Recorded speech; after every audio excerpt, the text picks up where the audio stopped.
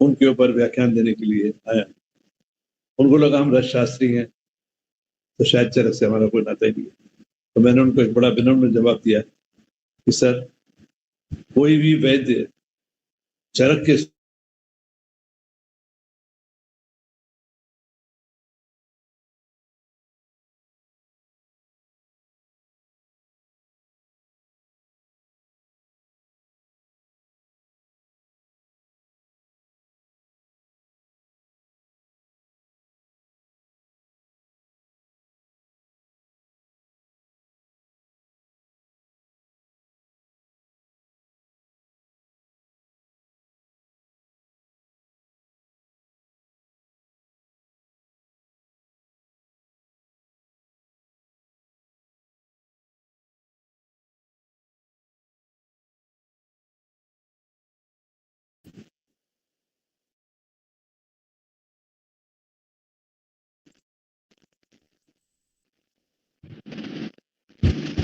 turn off है,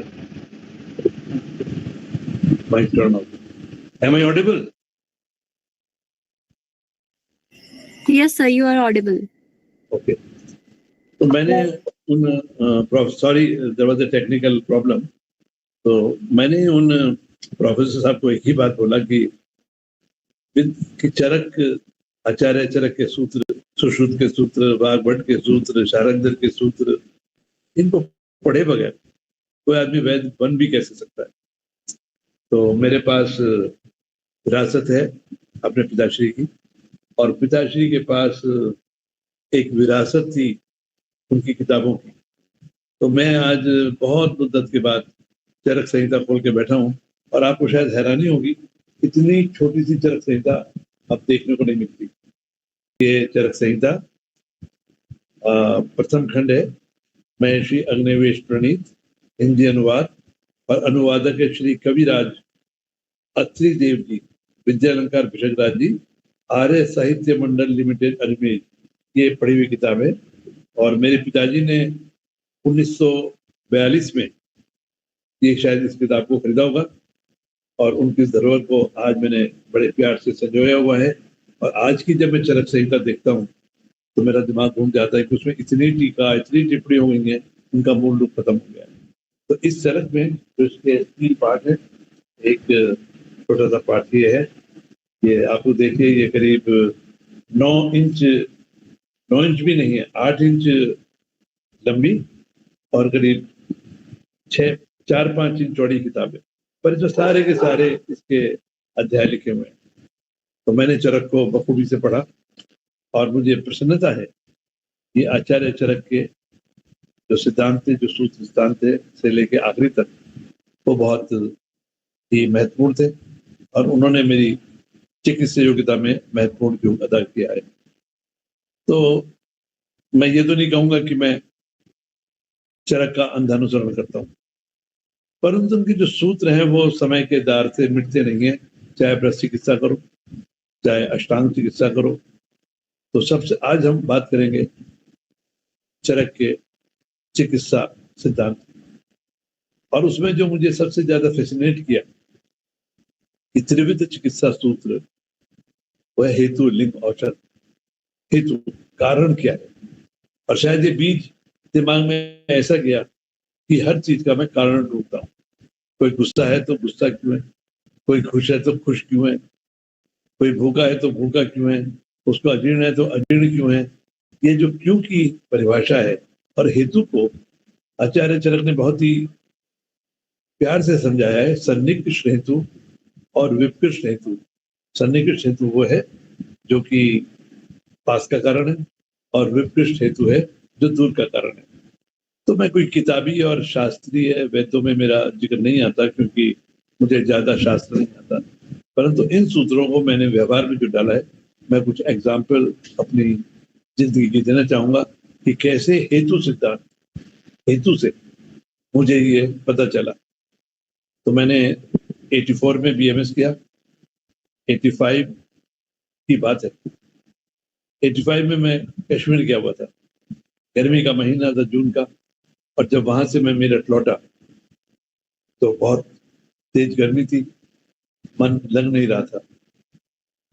तो इसी समय सांझ होने वाली थी, एक सज्जन मेरे पास आए, वो आते भी थे, बोले वैद्य जी मेरी बेटी के सिर में दर्द हो रहा है।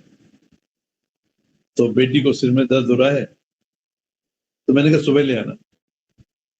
वो कहते वैद्य जी दर्द ज्यादा ही है। उन्होंने कहा जाओ ले आओ, मैं देखता हूँ, क्योंकि मैं थोड़ा उनीदा था, आलस में था। तो वो क्या कहते वैद्य जी वो आ नहीं पाई। अब मेरा माथा ठनका, कैसा सिर का दर्द है जो बच्ची को अभी भी चाहिए और वो आ भी नहीं पाएगी। तो मैं आपसे रिक्वेस्ट करता हूँ कि आप मेरे साथ चलिए। तो गाड़ी मेरी खड़ी हुई थी, पर मैं उनीदा था, आलस में था। मैंने कहा ड्राइवर मेरे पास नहीं था। मैंने कहा अच्छा ऐसा करो, रिक्शा ले आओ।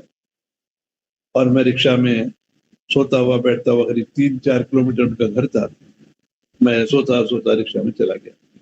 और जब मैं उनके घर के पास पहुंचा तो वहां का नजारा देख के मेरी आंखें खुल गई।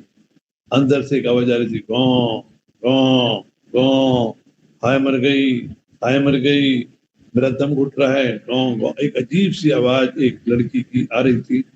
और घर के बाहर लोगों का मेला था और एक टैक्सी भी आके खड़ी हुई थी। मैंने कहा ये सब क्या है? बोले साहब हम बहुत परेशान हैं, सारे डॉक्टरों ने मेरठ के ये बोला है कि इसको दिल्ली लेके जाओ सिर के दर्द के लिए। दिल्ली? समझ में नहीं आई बात। खैर उनका मेरे पे अगाध विश्वास था, कुछ काम मैं उनके यहाँ कर चुका था। मैं अंदर गया तो मैंने देखा एक 12-13 साल की लड़की छटपट छटपट कर रही है, कभी इधर पैर पटक रही है, कभी उधर पैर पटक रही है। मैंने ऐसा सिर दर्द, और ये मेरा शायद पहला केस था। पिताजी की मृत्यु हो चुकी थी और मैं एक जवान वैद था, मेरी उम्र शायद 25 से 26 साल रही होगी। मेरे को समझ भी नहीं आया कि मैं क्या करूं। खैर मैंने उसकी नाड़ी देखी तो नाड़ी में पित्त का भयंकर प्रकोप था, पित्त का प्रकोप था। तो मेरे पास एक गोदंती मिश्रण सिद्धयोग संग्रह की बनी हुई थी। सिद्धयोग संग्रह में गोदंती मिश्रण नाम की दवा है, मैंने उसके मुंह में डाल दी। उसके मुंह में डाली। अब मैंने हेतु को ढूंढना शुरू किया कि इसको सिर दर्द तो हुआ है, पर हुआ क्यों? तब उसकी माता जी ने, और पित्त की नाड़ी क्यों है, इसको वायु की नाड़ी क्यों नहीं है? क्योंकि जहाँ शूल होगा वहां वायु होगा, ऐसा हमको बताया जाता है। तो उसकी माँ बोलती है ठेठ में घर में, अजी वैद्य जी 5-6 दिन पहले ये समर वेकेशन में अपनी सहेली के साथ जाती थी सिलाई सीखने, तो वहां से आई तो दोनों सहेलियां आई, तो इसको थोड़ा सिर में दर्द था, मैंने इसे गोली दे दी, अंग्रेजी दवा की, ये सो गई। और इसकी जो सहेली थी उसे उल्टी दस्त हुए और वो हो गया। और उसके बाद जब ये उठी तो इसे उल्टी तो ना हुई, पर इसको सिर दर्द बढ़ रहा था। मैंने एक गोली और दे दी तो थोड़ी देर ठीक रही, फिर नहीं हुआ, और इसका चोकिंग होने लगी। अभी अपने जब नहीं हुई तो मैं दूसरे डॉक्टर के पास गई। डॉक्टर ने आईवी ड्रिप लगा दी, पेन किलर दे दिए और एंटीबायोटिक भी दे दी कि इसको कोई इन्फेक्शन हो गया। 2-3 दिन हो रही तो उससे भी थोड़ी देर ठीक होती थी, फिर नहीं होती थी। फिर हमने मेरठ के एक बड़े मेडिकल कॉलेज में उनके प्रोफेसर को दिखाया, उन्होंने उसकी रीडिंग हड्डी की फ्लूइड लिया कि कहीं से टीबी तो नहीं हो गई है, मेनिंजाइटिस तो नहीं हो गई है। और सब कुछ करने के बाद फिर एक ने बोला कि इस लड़की का किसी के साथ कोई अफेयर तो नहीं है, छोटी सी बच्ची, स्ट्रेस तो नहीं है। और आखिर में उन्होंने बोला कि भाई इसका केस गड़बड़ है, इसका ब्रेन का स्कैन वगैरह कराओ, कहीं ब्रेन ट्यूमर ना हो, इसको हम दिल्ली ले जाना चाहते हैं। मैं तुरंत समझ गया कि इसको लू लगी है। हेतु मेरा असेस हो गया और मैंने एक अर्क लोकेश्वर जिसको मैं नोबल लाइसेंस के नाम से बनाता हूँ, मैंने उसके मुंह में डाला। वो पारद का योग है। तो मैंने बताया ना मैं चरक को पढ़ता हूँ और असेस चिकित्सा भी करता हूँ। 10 चिकित्सा आशुकारी है, ऐसा चरक ने, चक्रपाणी ने अपने आप लिखा भी है। तो मैंने वो पुड़िया दी। अब मैंने बोला क्या करो, आम का पन्ना होता है ना, आम को उबालो, उसकी गुठली लेके मैंने उसके तलवों में मल्ली चुरकी, हेतु चिकित्सा शुरू की। मैंने कोई पेन किलर नहीं दिया, उसके पैरों में मलनी शुरू की।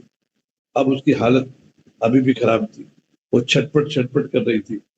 फिर मैंने उसके मुंह में बर्फ चूसने को दिया, बर्फ की चुस्की डाल के थोड़ा मुंह पे लगाया, उसे होश नहीं था। इतने में कोई आते हैं, बोले बहन जी अगर समझ में नहीं आ रहा तो हाथ मत लगाओ, लड़की का मामला है, कुछ हो गया तो आपकी बदनामी होगी। पर मैं जानता था कि मैंने जो डायग्नोस किया है वो ठीक है, और अगर मैंने इनको छोड़ दिया तो बेचारे माँ बाप इसको दिल्ली लेके जाएंगे, हो सकता है वापिस ही बात का पतंग न बन जाए। मैं अड्डा गड्ढा मार के बैठा रहा, हर आधे घंटे में मैं गोदन मिश्रण की पुड़िया देता रहा, और 1 नवंबर की पुड़िया मैंने खिलाई दी थी, आम का पन्ना आम की गुठली, और करीब 3 घंटे बैठने के बाद उस बच्ची को शांति पड़ गई। उसका जो वेदना थी, छटपटाना था, वो खत्म हो गया। मैंने 1 पुड़िया नोबल की और दी, 4 पुड़िया और बांधी। मैंने कहा अब ये आज रात में सो जाएगी, और हो सकता है इसको तेज बुखार चढ़े, या एक आध उल्टी हो, या लूज मोशन हो, तो पित्त का प्रकोप हुआ है, ये सुबह मुझे बता। अब मैं ये कह के घर पे आ गया। सुबह के 7 बजे, 8 बजे, 9 बजे, 11 बज गए, उनकी तरफ से कोई भी खबर नहीं है। मैं बेचैन हो गया। मैंने कहा लगता है मेरे जाने के बाद उसकी तबीयत खराब हुई, उसको दिल्ली लेके चले गए। चलो, जैसा उनकी इच्छा। अभी मैं ऐसा सोच ही रहा था कि उसके पिताजी अपनी साइकिल पर प्रकट हुए। तो मैंने कहा भाई इतनी देर से क्यों आए हो? बोले वैद जी वो फिर सो गई थी, और जब हम भी कई रात से नहीं सोए थे तो आज वो भी देर से उठी, हम भी उठी। पर हाँ, एक बात हुई, रात को 2:30-3 बजे उसको बहुत जोर से छपाकी निकली, अर्टिकेरी हुआ, पिक्चर निकला। तो उस समय हमने पाउडर लगाया, कंबल लगाया, जो आपने कभी बताया था, फिर वो ठीक हो गई। अब वो ठीक है तो हम सुबह की दवा देके आपके पास आए। तो देखिए यहाँ पर चरक में जो हेतु चिकित्सा थी, हेतु मेरे दिमाग में बैठा हुआ था। सन्निकृष्ट हेतु क्या था? अंग्रेजी डॉक्टर की दवाई। और विपकृष्ट हेतु था लू। विपकृष्ट हेतु का चिकित्सा नहीं हुई तो उन्होंने उसको दवाइयां देनी शुरू की, और उन दवाइयों के जो साइड इफेक्ट हुए उससे क्या हुआ, उसके दोषों का संचय हुआ, दोष प्रकोप हुए, और जब वो प्रसर कर रहे थे तो उसको बीच में रोक दिया गया। पर ये चरक में तो नहीं था। ये षडक्रिया काल सुश्रुत में लिखा है। तो उस षडक्रिया काल के दौरान बढ़ते हुए दोषों को, प्रकोप हुए दोष जो अपने स्थान से दूसरे स्थान पर जा रहे थे उसको रोक दिया, और उनकी सहेली को प्रकोपित हो गए, दोष शांत हो गए, क्योंकि उसको उल्टी दस्त हो गए। और वो कहानी ऐसी बनी मेरठ में कि अरे यार वैद्य जी ने तो कमाल कर दिया, सारे डॉक्टर ने जवाब दे दिया था। वैद्य जी आए, उन्होंने बोला लू लगी हुई है, ये हुआ। तो आयुर्वेद में एक होता है पैथोलॉजिकल टेस्ट जो डॉक्टर लोग कर रहे थे, वो ईईजी कर रहे थे, वो सीएचएफ कर रहे थे, वो एक्सरे कर रहे थे, और एक तरफ थी एक वैद्य की बुद्धि जो कि आचार्य चरक के उस त्रिविध सूत्र के स्थान पे थी जहां पर हेतु को उन्होंने महत्व दिया है, सन्निकृष्ट हेतु, विपृष्ट हेतु। तो इस मरीज में विपृष्ट हेतु लू लगना था, सन्निकृष्ट हेतु वो दवाइयां, और फिर उनका रेजिस्टेंस, फिर ये सब चीज थी, और हमने इसे निदान परिवर्जन लू की चिकित्सा की और मरीज ठीक हो गया। तो इसलिए मैंने जो हेतु लिंग औषधि चरक का बोला और सन्निकृष्ट विपृष्ट हेतु बोला, आज ये मेरी जिंदगी का हिस्सा है। जितनी भी बीमारी मैं ठीक करता हूँ, मैं बहुत सारी बीमारियों के बारे में जाना चाहता हूँ। आपने ब्लड कैंसर पे भी सुना होगा कि हमने 11 में से 11 मरीज ऑल इंडिया इंस्टीट्यूट में ठीक करके दिए थे। उसके ऊपर सरकार ने हमें पद्मश्री से नवाजा था। पर क्यों होता है ब्लड कैंसर, उसका हेतु क्या है, उस हेतु का मूल कारण क्या है।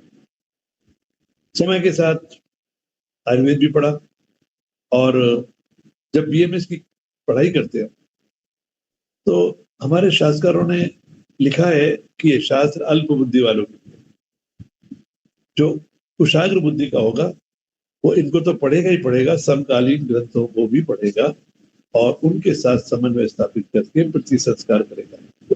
बात में दम था। वो बहुत मौलिक थे और बहुत ही बोल्ड थे और सलाह देते थे। मैंने कहा ठीक बात है, पढ़ तो लिया, पर मैं केवल अल्प बुद्धि वाला नहीं हूँ, मैं थोड़ा कुशाग्र बुद्धि का भी। और इधर बीएमएस का कोर्स क्या, थोड़ा इंटीग्रेटेड। तो इसी बीच में मेरे को पता चला कि हमारे पास जिस तरह डायग्नोस की किताब है चरक संहिता, इस तरह मॉडर्न मेडिसिन में हैरिसन के clinical diagnosis, Harrison principle of clinical diagnosis है, मैंने उसको पढ़ना शुरू किया। और उसको पढ़ने के बाद क्या पता चला कि वो चरक का, शायद उन्होंने चरक को पढ़ा होगा, उन्होंने उसका अपग्रेडेड वर्जन किया। चरक में 3 है हेतु लिंग औषधि, अब उन्होंने 5 कर दिए। 5 क्या किए? ईटियोलॉजी, ईटियोलॉजी माने कारण, इटियोपैथोलॉजिस्ट उस कारण से क्या चीजें आगे बढ़ रही हैं, फिर स्ट्रक्चरल एंड मॉर्फोलॉजिकल चेंजेस, फिर सिम्टम्स एंड देन डायग्नोस। यहाँ पर एलोपैथी मात खा गई, क्योंकि हमारे यहाँ चरक ऋषि ने बोला है हेतु एस्टेब्लिश करो, लिंग एस्टेब्लिश करो, सिम्टम्स, और फिर इलाज भी करो। डायग्नोज बीमारी के नाम का हुआ चाहे नहीं हुआ, फिर भी आप योजक जो है सिम्टम के आधार पर हेतु को एस्टेब्लिश करते हुए इलाज कर सकता है। पर मॉडर्न मेडिसिन ने निदान को अलग कर दिया, तो डायग्नोज करने वाला कोई और हो गया, इलाज करने वाला कोई और हो गया, और यहीं पर झोला बहुत बड़ा फैल गया। अच्छा तो यही होगा कि जो डायग्नोज करे वो इलाज करे। तो हैरिसन ने 5 चीजें बोली, aetiology, aetiopathology, structural morphological changes, symptoms and diagnosis. उसके बाद मरीज को छोड़ दिया कि जाओ तुम इलाज कराओ।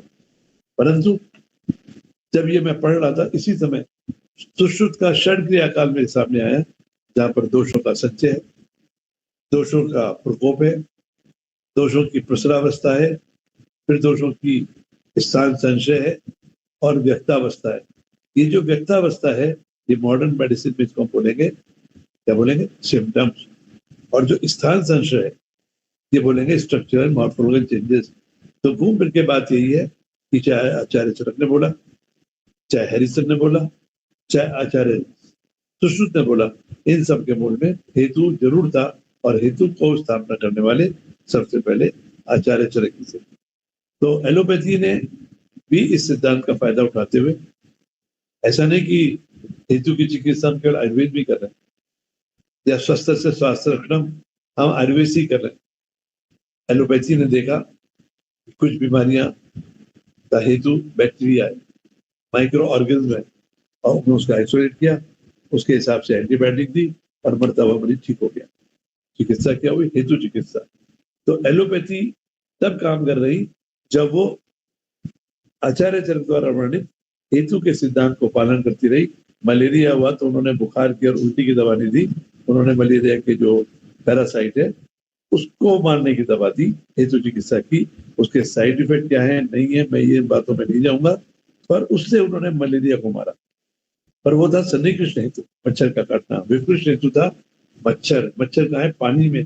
तो फिर सरकार ने कहा कि तालाब है, उनमें दवा छिड़को, उनमें उनके अंडे नहीं हो। तो सारी बात क्या हो रही है कि सन्निकृष्ट हेतु और विकृष्ट हेतु को कर रहे हैं कि मच्छरदानी लगाओ, मच्छर को मारो, पानी को ना बढ़ने दो। तो सन्निकृष्ट हेतु, विकृष्ट हेतु इसी तरह चलते रहे। और क्योंकि चरक के समय में जब लिखा गया था, तब गुरु शिष्य परंपरा थी। तो जब गुरु शिष्य परंपरा होती है तो लिखावट कम होती है, पर परंपरा में लोग सीखते जाते हैं। जैसे आप अगर घरेलू काम धाम करती है, आपकी माता जी ने खाना बनाया, या आपकी माता जी की माता जी ने खाना बनाया, तो आप देखेंगे लिखा कहीं नहीं है, पर खाना बन गया। और कई बार क्या होता है कि एक लड़की जब शादी होकर दूसरे घर जाती है, तो उसे अपनी माँ का खाना तो आता ही है, तो दूसरी की माँ का भी खाना होता है, उसका प्रति संस्कार हो जाता है, और ये परंपरा खाना बनाने की चलती चली जाती है, या बाकी चीजों की चली जाती है। इसी तरह चरक का जो चिकित्सा था संप्रदाय रूप में चला आया, उसमें लिखा कम गया, समझा कम गया, काम ज्यादा हुआ। अब हम बात करेंगे कि अभी हम जब आगे चल रहे हैं, इसी बीच में हमारे पास माधव निदान आ गया, और माधव निदान ने भी इसमें कहा कि हेतु तो है ही, पर यहाँ पर उस हेतु के कारण पहले पूर्व रूप होंगे, फिर रूप होगा, फिर उपशय होगा, फिर संप्राप्ति होगी, फिर निदान होगा।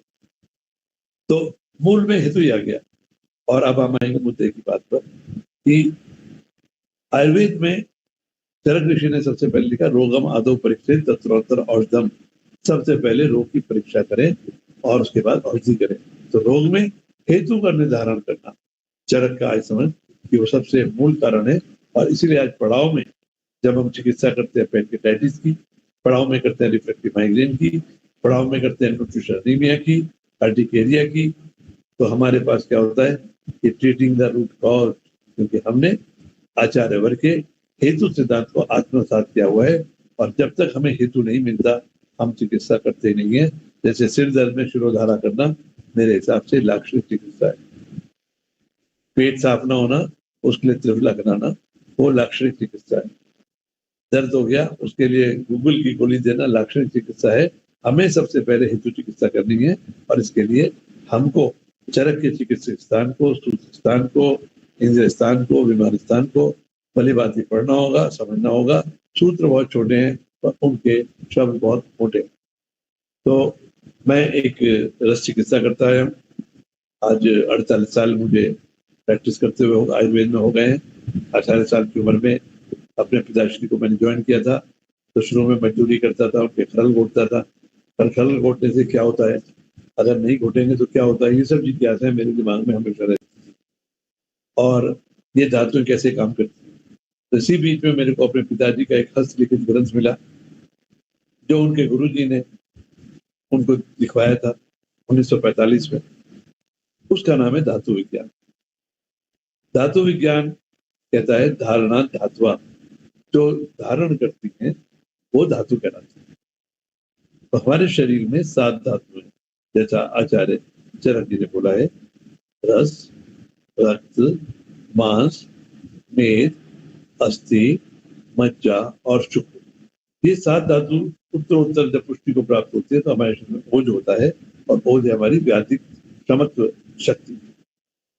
पर ये धातु शब्द हमारे यहाँ सोना, चांदी, तांबा, लोहा, सीसा, जस्ता और बंग के लिए भी इस्तेमाल हुआ।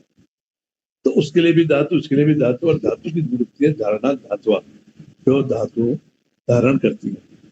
तब हमारे ऋषि मुनियों ने, जो रसाचार्य थे, जो समय के साथ आगे चलते गए, क्योंकि जब भी कोई आदमी आता है वो पिछला पढ़ के फिर आगे चलता है। ऐसा नहीं कि उन्होंने चरक को नीचा दिखाया, पर चरक के ज्ञान को आगे बढ़ाया, और इसे करते हुए उन्होंने आयुर्वेद के संहिता ग्रंथों में धातु विज्ञान का समावेश किया। और धातु विज्ञान क्या कहता है कि हमारे शरीर में जो रस, रक्त, मेद, अस्थि, मज्जा, शुक्र धातु हैं, उनके अंदर सोना, चांदी, तांबा, लोहा, सीसा, जस्ता, यशद न्यूनाधिक प्रमाण में, किसी में 1, किसी में 2 या ज्यादा प्रमाण में रहते हैं। और जब मिथ्या आहार विहार, प्रत्यापराध, इनके कारण, किसी भी आकस्मिक के कारण हमारे शरीरस्थ धातुओं में इन खनिज धातुओं का इम्बैलेंस होता है, या तो बढ़ जाती है, कम हो जाती है, तब हमको कौन सा रोग पैदा होता है, तब हमारे वातादि दोष कुपित होकर रोग पैदा होते हैं। और जब इन धातुओं की पुष्टि होती है तो ठीक हो जाता है। तो यहाँ पर हेतु क्या हो गया, धातु इम्बैलेंस। धातु इम्बैलेंस हमारा जो है वो हमारे खान पान से, हमारे रहन सहन से, हमारा प्रज्ञापराध से ऐसा हो गया। पर मूल में क्या है, हेतु। यहाँ पर हेतु बदलते गए, पर हेतु का सूत्र नहीं बदला। यहाँ पर धातु विज्ञान कमी हो गया। और इसी को देखते हुए हमने देखा कि इसमें लिखा था कि चांदी मज्जा में पाई जाती है, मज्जा में चांदी पाई जाती है, और ब्लड कैंसर मज्जा में ही होता है। उसको देखते हुए हमने चांदी की भस्म बना के जद्वार और जवाहरमरा के साथ एक दवा बनाई, और जब मरीजों को दी वो मरीज ठीक हुए। तो हमने क्या किया, यहाँ पर एलोपैथी की तरह बोन मैरो को मारा नहीं कि वो कीमोथेरेपी से मार दो, रेडिएशन से मार दो। हमने वो चांदी से बनी हुई दवा दी, जिस वजह से बॉडी के अंदर कैंसर सेल पैदा हो रही थी वो उसके जाते शांत हो गई, और उन्होंने कैंसर बनाना बंद कर दिया, और थोड़े समय बाद पुरानी सेल बंद हो गई। एलोपैथी में ऐसा नहीं है, क्योंकि एलोपैथी में, मॉडर्न मेडिसिन में केवल इन इन्फेक्शन के लिए तो आज हेतु एस्टेब्लिश है, परंतु नॉन कम्युनिकेबल डिजीज में वो हाथ तंग है। तो इसीलिए सब कुछ करने के बावजूद, कैंसर में कीमोथेरेपी, इम्यून थेरेपी, रेडिएशन, सब कुछ करने के बाद भी नए कैंसर के मरीजों की संख्या बढ़ती जा रही है, और हमारा देश कैंसर की कैपिटल बन गया। ऐसे परिप्रेक्ष्य में आयुर्वेद के चिकित्सकों का रोल बहुत बड़ा हो जाता है कि आप समाज में बोलें कि हम मूल चिकित्सा करते हैं, और आप बीमार होकर हमारे पास मिल जाएंगे। आप हमारे पास पहले भी आ सकते हैं, और हम आपको बताएंगे कि आपकी टेंडेंसी किधर की तरफ जा रही है। आज ये सिद्ध हो चुका है कि जिनको गैस्ट्राइटिस है उनको गैस्ट्रिक कैंसर, जिनको पैनक्रेटाइटिस है उनमें पैनक्रेटिक कैंसर, जिनको इसोफेजाइटिस है उनको इसोफेगस कैंसर, जिनको कोलाइटिस है उनको कोलन कैंसर, जिनको पाइल्स और रेक्टम में रिलेटेड है उनको रेक्टम कैंसर। ये चीज सिद्ध हो चुकी है कि क्रॉनिक इन्फ्लेमेटरी डिसऑर्डर यहाँ पर हेतु का काम कर रहा है। तो हम क्योंकि भाग्यवान है, ब्लेस्ड है कि हमें चरक ऋषि ने हेतु के बारे में इतना पुरजोर से हमारे दिमाग में बिठा दिया, समवाय संबंध से कि हम कोई भी समस्या होती है या कोई भी काम करते हैं उसमें हम हेतु देखते हैं कि ऐसा हुआ तो हुआ क्यों, और जब हमको पता है कि समस्या का कारण ये है तब हमारे पास समाधान भी अच्छा होता है। तो हेतु का ये कारण है। और आज मैं एक बीमारी के बारे में और बोलूंगा जिसमें हमें महारत हासिल हुई है, वो है क्रॉनिक पैनक्रेटाइटिस। पैनक्रेटाइटिस पैनक्रियाज में होने वाली एक सूजन, और इस बीमारी का उल्लेख आयुर्वेद की किताबों में नहीं है, परंतु है। आचार्य चरक ने बोला है कि सारी बीमारियों के नाम संभव नहीं है, परंतु जो योजक है सिम्टम्स को देखते हुए, बीमारी को समझते हुए अगर नामकरण नहीं कर पाता है तो भी वो इलाज कर सकता है। तो हमारे पास जब पैनक्रेटाइटिस के मरीज आए और हमने देखा कि वो एक आविष्कारिक के तौर पर मेरे पिताजी के द्वारा 70 के दशक में उन्होंने तांबा पारा गंधक का योग दिया और रस शास्त्र में आधारित गंधक जारणा के सिद्धांत को उन्होंने स्पष्ट किया और 100 गुनी गंधक जारणा बारी बारी करके पारद में किया, तब उनके हाथों से मरणासन मरीज 1972 में ठीक हुआ पंजाब का। तो वो एक पहला ऑब्जर्वेशन थी। हेतु के बाद क्या होता है? प्रमाण। तो ये भी हमारे ऋषि मुनियों ने बताया है कि प्रमाण है जो हमने देखा, चमत्कार नहीं, सुना नहीं।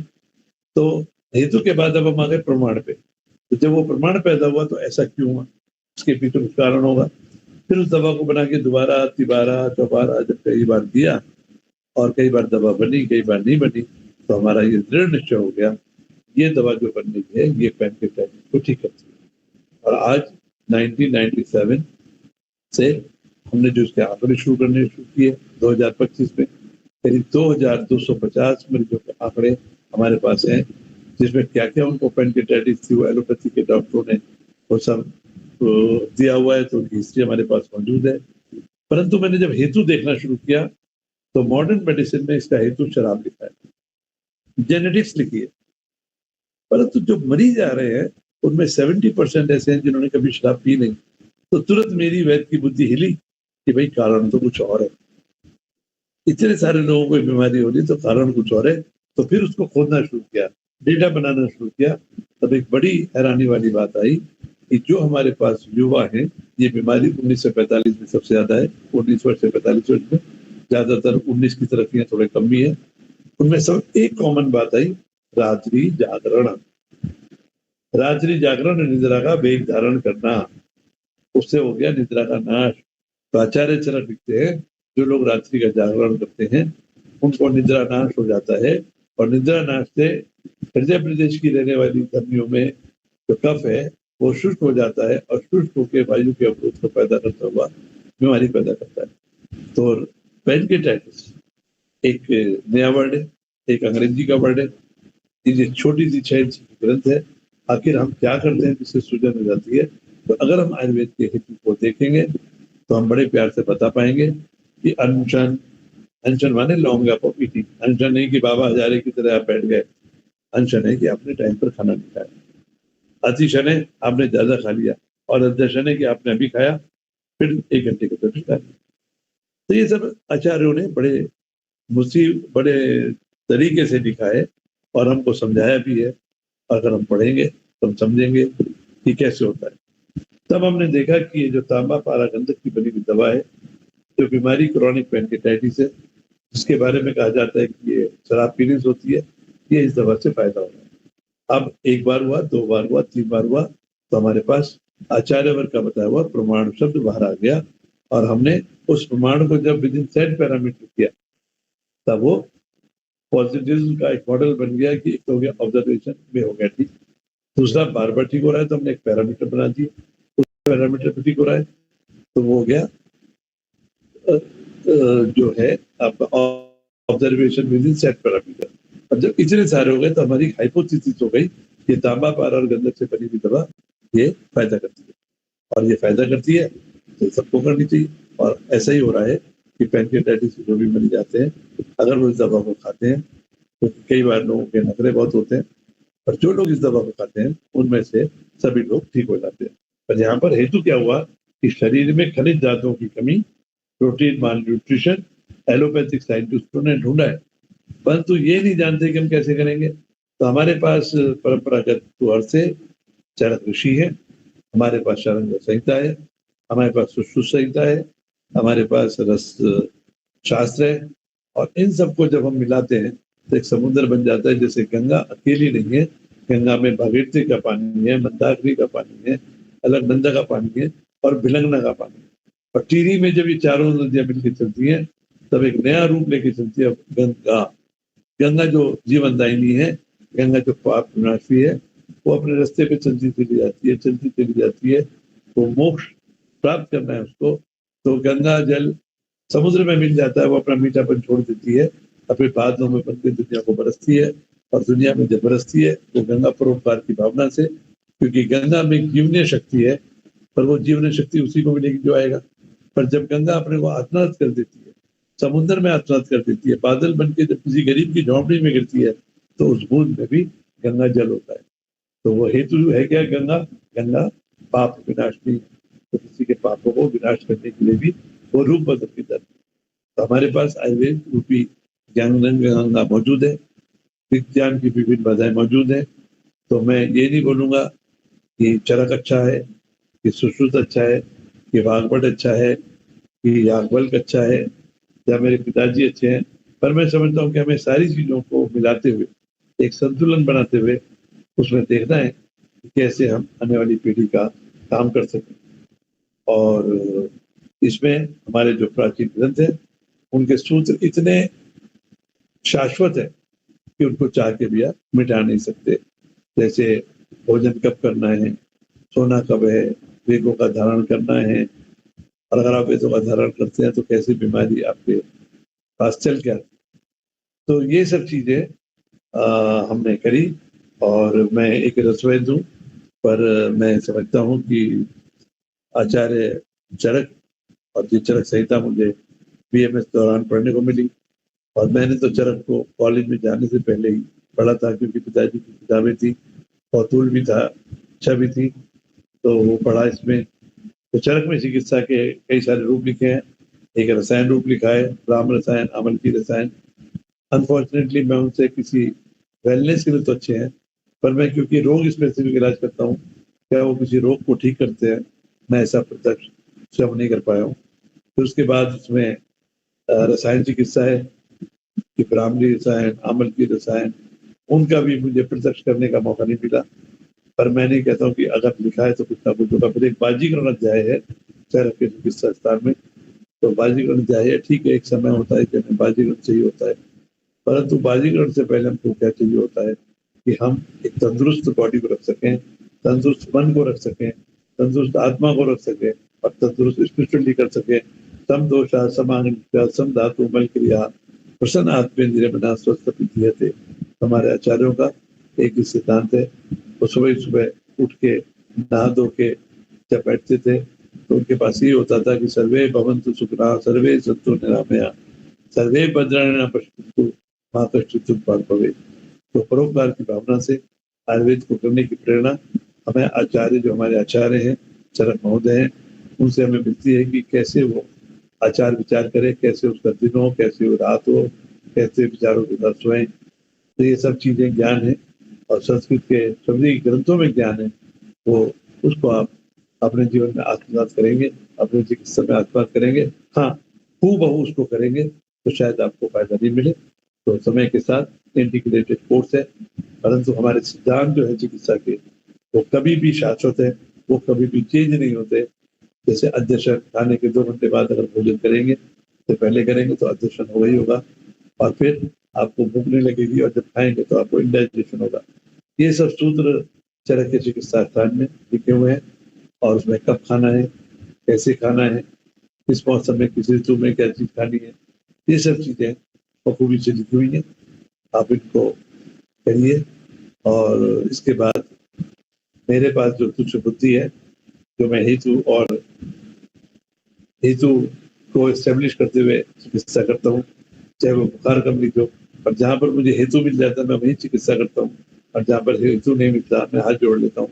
क्योंकि पंचकर्मा एक बड़ी अच्छी साइंस है, और पंचकर्मा भी निदान के विपरीत जाके काम करती है। निदान से विपरीत अगर काम होगा तो ठीक करेंगे। तो इन्हीं शब्दों के साथ मेरा जो चरक के चिकित्सा जो अध्याय है उसके ऊपर एक बहुत छोटा सा अनुभव मेरे पास है, पर अनुभव इतना स्ट्रॉन्ग है कि उसने मुझे आज एविडेंस बेस्ड आयुर्वेदा करने की प्रेरणा दी। क्योंकि सबसे पहले मैं डायग्नोज में कंफर्म करता हूँ, उसकी हिस्ट्री लेता हूँ, फिर जो ट्रीटमेंट है उसको भी मैं एक तरीके से डॉक्यूमेंट करता हूँ।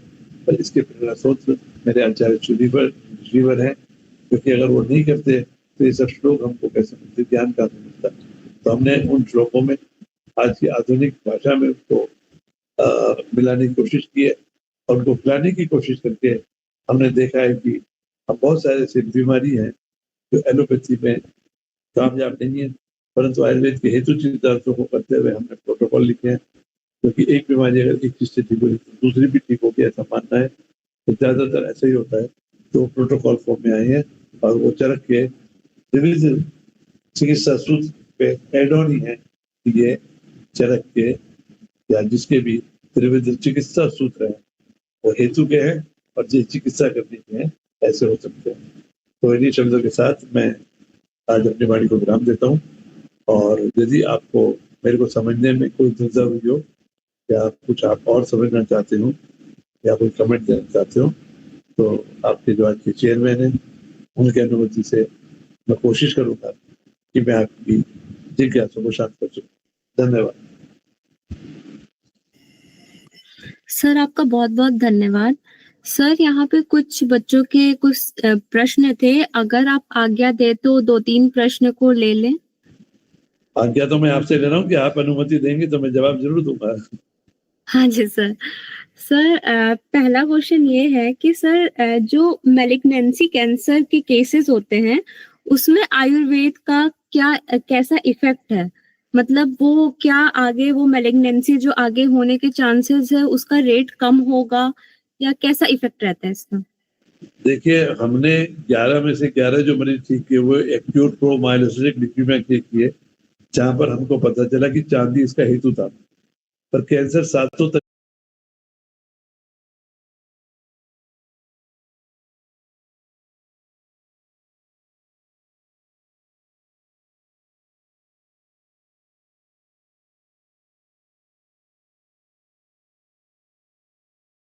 तरीके के होते हैं।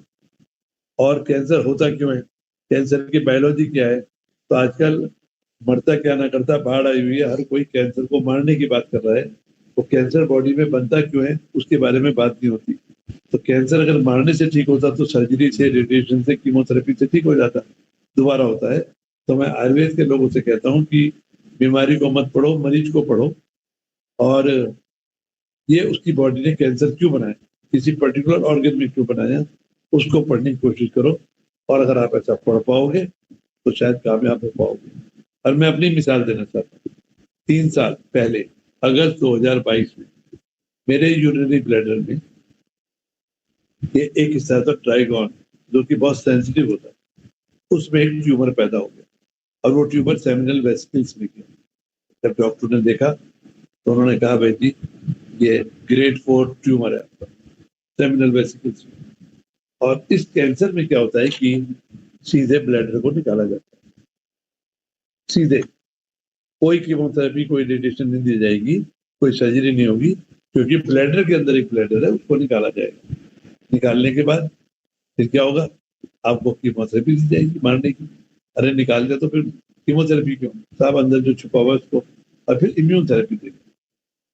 फिर क्या होगा, तो पता चला कि अमेरिका जैसे मुल्क में कुल 35% लोग इस वाले कैंसर से 15 महीने जीते हैं।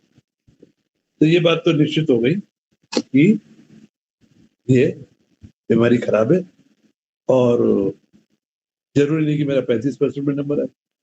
अब कारण क्या था, तो कारण में जो इसकी किताब है डेविटा की, उसमें लिखा हुआ है ब्लैडर कैंसर में खासकर ट्राइगोन ट्यूमर में कि तनाव और तंबाकू इसके मुख्य कारण। तो तंबाकू को मैं सेवन नहीं करता, परंतु मैं गृहस्थी आश्रम हूँ, अपना एक व्यवसाय भी करता हूँ। बहुत सारी चीजें ऐसी हो जाती हैं चाहे अनचाहे में कि तनाव हो जाता है, और मैं किसी तनाव से गुजरा और वो तनाव थोड़ा 6-7 महीने रहा, सब ठीक हुआ, पर इस बीच में मेरी बॉडी की केमिस्ट्री बदली, अब मेरे को हो गया। तो यहाँ पर मैंने चरक का सिद्धांत लगाया कि बेटा तुम्हारा मुख्य कारण है हेतु तनाव, निदान परिवर्जन करो। तो निदान परिवर्जन के लिए क्या किया कि अच्छा खासा करोड़ों का व्यवसाय मैंने एज इट छोड़ा और कुछ समय के लिए रानीखेत जाके चला गया। मुझे नेचर पसंद है, नेचर में जाके मैं प्रसन्न होता हूँ। बागों में जाना, जंगल में जाना तनाव से मुक्ति देता है।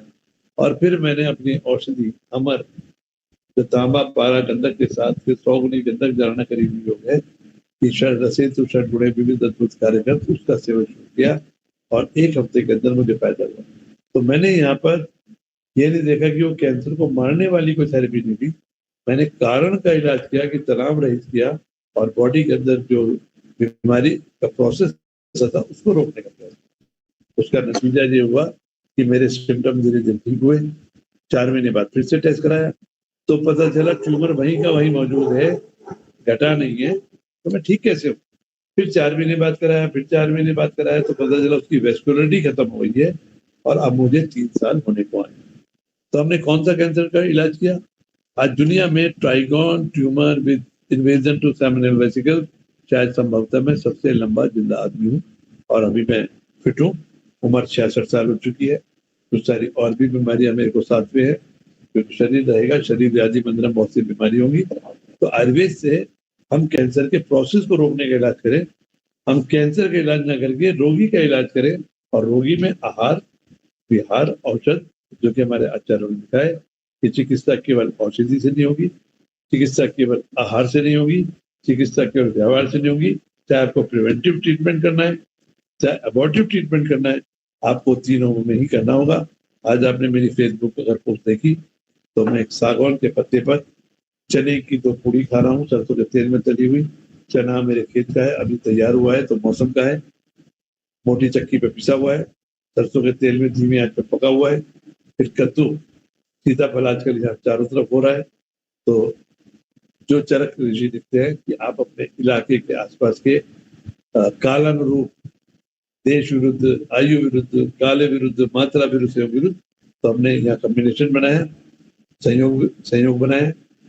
अब संयोग के साथ मैंने देखा कि मैं डायबिटिक भी हूँ, मेरे अंदर थोड़ा प्रोटीन होना चाहिए, तो हमने 100 ग्राम छेना, गाय के दूध को फाड़ के छेना लिया।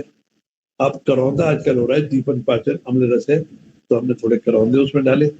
फिर नींबू तैयार है, नींबू का अचार डाला। और भोजने चामृतम वारी, भोजन के बीच में गुट गुट पानी पीना है, ये भी किया। और इसके साथ क्योंकि शरीर वृद्ध हो रहा है, शरीर में बीमारियों का घर आ गया है, मेरे को खानदानी शुगर है, खानदानी ब्लड प्रेशर है, तो मैं नहीं समझता कि खानदानी ब्लड प्रेशर मुझे पे हेतु नहीं है। अब हेतु नहीं है तो मैंने चुपचाप लाक्षणिक चिकित्सा के लिए 2-3 गोली उसकी खाई।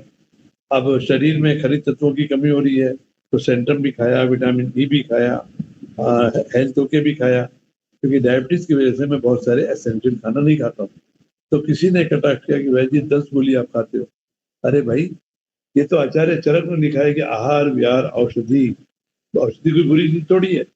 और हिताहितम सुखम दुखम आयुष्ट से हिताहितम, जिस चीज से हितकर है, तो चाहे इंसुलिन मेरे लिए हितकर में लगा रहा हूँ, मैं तो उसको भी आयुर्वेद देखता हूँ। तो आप लोग अपनी बुद्धि को विकसित करो। आप केवल कुपंडुकों के शास्त्रों को मत पढ़ो, समकालीन ग्रंथों के साथ मिला के आयुर्वेद के डायग्नोज में, आयुर्वेद के ट्रीटमेंट में, तो मूल चिकित्सा मेरी आयुर्वेद ही रहती है। पर सपोर्टिव के लिए अगर हम एलोपैथी का सहारा लेते हैं, इसमें कोई बुरी नहीं है। पर हम क्या कर रहे हैं कि हेतु चिकित्सा के सिद्धांत को हम दाएं बाएं बिल्कुल नहीं होते। तो कैंसर में आप लोग इलाज करिए और ये देखिए कि आपका कैंसर का मरीज कितने दिन जिंदा रहता है, क्योंकि कई बार कीमोथेरेपी से मरीज ठीक हो जाता है और ठीक होने के बाद वो वैद्य के पास आता है, कमजोर होता है, हम दवा खिलाते हैं, पर देखते हैं कि 1-2 साल में उससे रिलैक्स हो गया। तो हाई रिस्क है, लो रिस्क है। तो मेरी आप लोगों से ये गुजारिश है कि आप लोग इलाज जरूर करिए, पर हर मरीज का डेटा बनाइए, कौन सी दवा आपने इस्तेमाल की, कौन सा प्रोसीजर आपने किया और वो मरीज कितने दिन जिंदा रहा। मान लीजिए कोई कैंसर है, उसकी नेचुरल हिस्ट्री 5 साल है, आपके पास 10 साल जिंदा रहता है, तो उसका नंबर लीजिए, उससे बात करिए, उसको हैप्पी बर्थडे बोलिए, उसको हैप्पी दिवाली, हैप्पी, मुसलमान है तो हैप्पी ईद बोलिए, हैप्पी होली बोलिए, क्योंकि आप तो वैद्य हैं, आपकी ना कोई जात है ना बात है, आपका ना कोई धर्म है, आपका चिकित्सा ही आपका धर्म है और वैद्य की आपकी जाति है। और ये आप जब डेटा बनाएंगे तब उससे शायद आज मेरी बातों से किसी को सीखने को मिलेगा। मैं भी उस डेटा से कुछ सीख पाऊँ।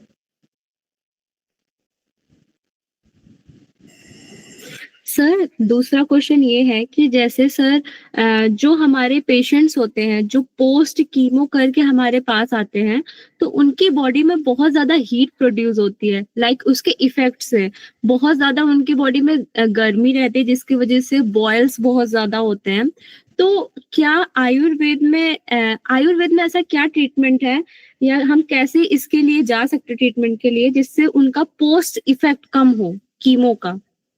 देखिए, मेरा अपना दृष्टिकोण कैंसर में है कि सबसे पहले हम उनके साइड इफेक्ट को तो छोड़े, क्या हम उनके रिलैप्स रेट को कम कर सकते हैं, क्योंकि कीमोथेरेपी के जो साइड इफेक्ट है समय के साथ अपने आप खत्म हो जाते हैं, बाल भी आ जाते हैं, मुंह के छाले भी ठीक हो जाते हैं। तो आप साइड इफेक्ट को छोड़ के अगर अपना फोकस ये करें कि जिनको कैंसर हुआ है उसकी पुनरावृत्ति रोकने में मदद करें, तो मैं समझता हूँ वो ज़्यादा बेहतर होगा।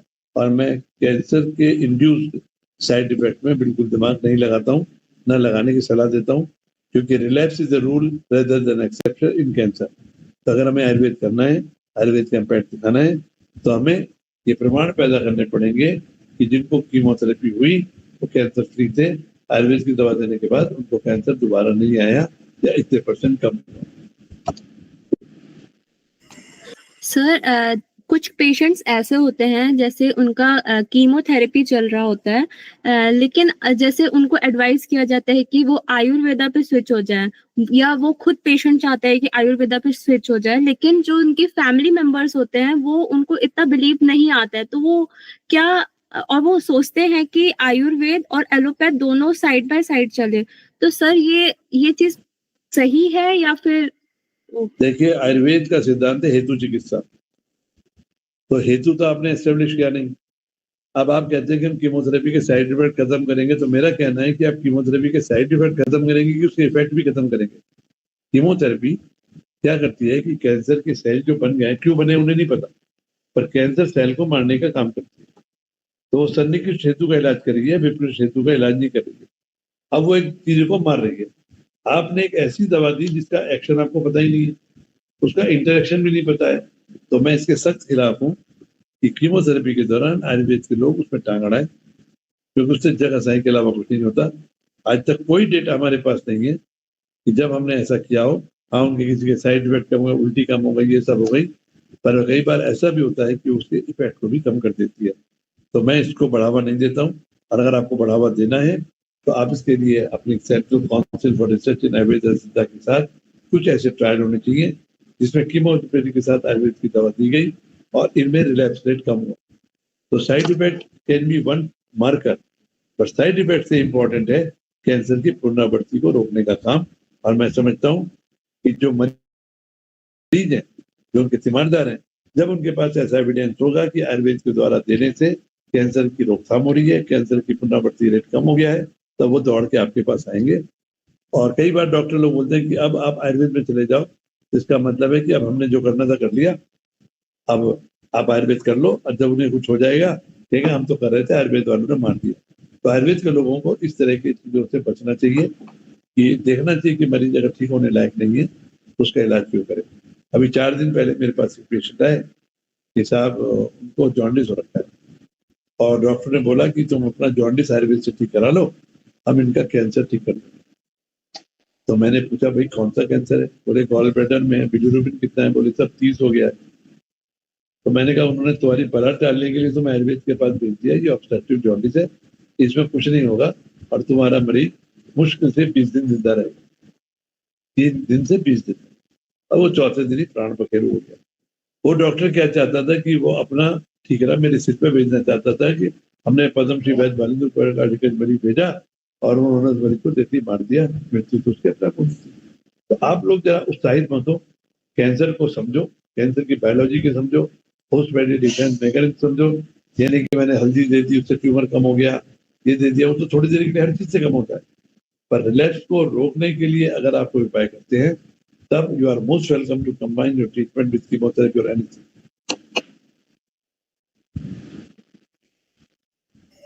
सर जो हमारे कैंसर पेशेंट होते हैं उनकी अग्नि बहुत ज्यादा वीक होती है और उनका बल भी बहुत क्षीण होता है।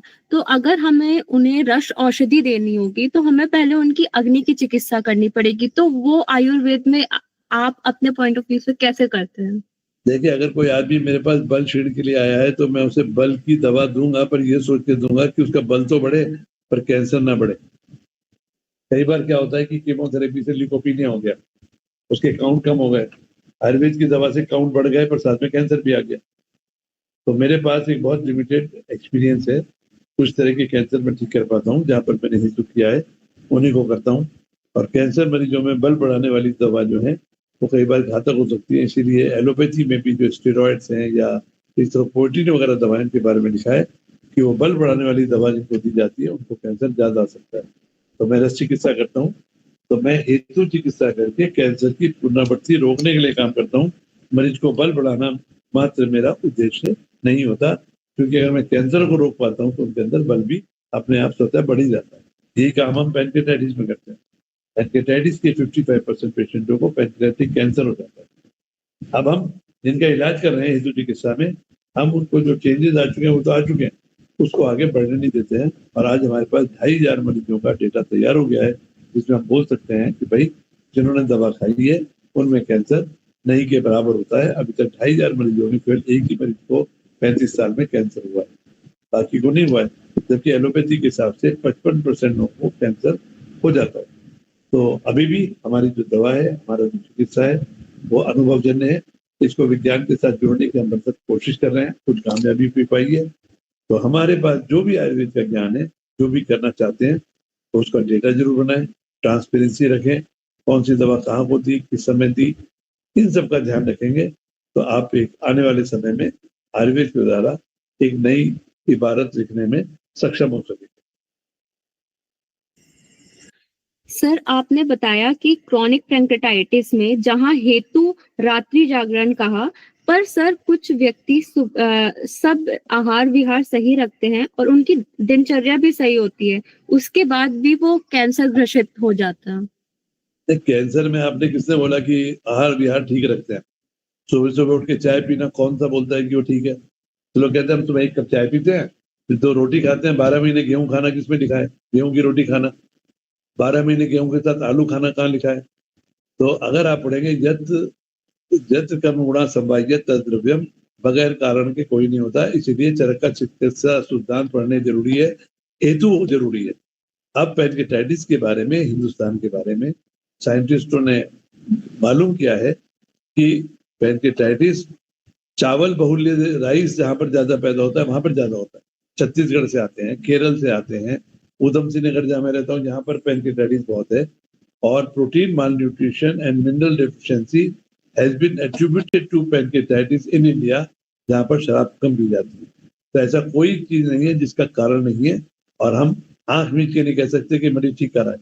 तो मरीज तो कहता है साहब मैं तो ठीक खाता हूँ, 2 रोटी सुबह खाता हूँ, 2 रोटी शाम खाता हूँ, पर 12 महीने गेहूं खाना, 12 महीने एक जैसा भोजन करना, क्या उसका भोजन षड्रस वाला है? क्या उसमें मधुर अम्ल लवण कटु तिक्त कसाय 6 के 6 हैं? क्या वो मात्रा से खा रहा है? क्या वो अनशन तो नहीं कर रहा है, अध्यशन तो नहीं कर रहा है? क्या दोबारा गर्म करके तो नहीं खा रहा है? तो ये सब चीजें आयुर्वेद के चिकित्सकों को हेतु के ध्यान में रखते हुए करनी है। एक ये इतना सतही तौर पर नहीं होता। और हम पैनक्रेटाइटिस में इसीलिए कामयाब है कि यहाँ पर मरीज आते हैं, उनको रात को 10 बजे सोना है, 6 बजे उठना है, फिर 8 बजे नाश्ता, फिर 11 बजे खाना, फिर 2 बजे खाना, 3 टाइम नाश्ता, 3 टाइम खाना, और समय के हिसाब से खाना, मात्रा के हिसाब से खाना, संयोग के हिसाब से खाना, फिर दवाइयाँ, तब जाके मरीज ठीक होता है। केवल दवाई से कोई ठीक नहीं होगा। कितना प्रोटीन खाना है, वजन के हिसाब से खाना है। अब एक आदमी 80 किलो का है, एक आदमी 60 किलो का है, वो बिल्कुल ठीक है, उसको प्रोटीन कितना खाना है, उसको 3 बार में खाना है।